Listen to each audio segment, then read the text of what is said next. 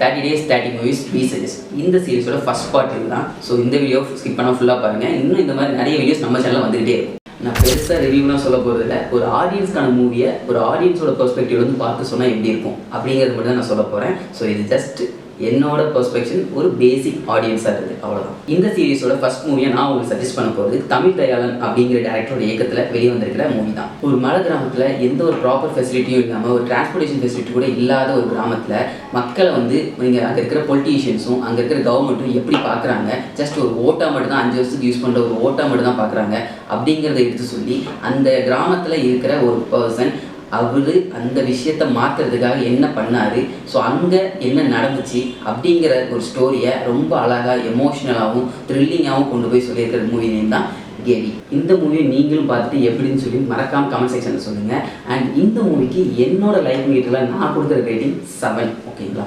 So இந்த மாதிரியான நிறைய மூவிஸ் சஜஷன் இனிமேல் நம்ம சேனலில் வந்துகிட்டே இருக்கும். ஸோ மறக்காமல் நம்ம சேனலை ஃபாலோ பண்ணிக்கோங்க.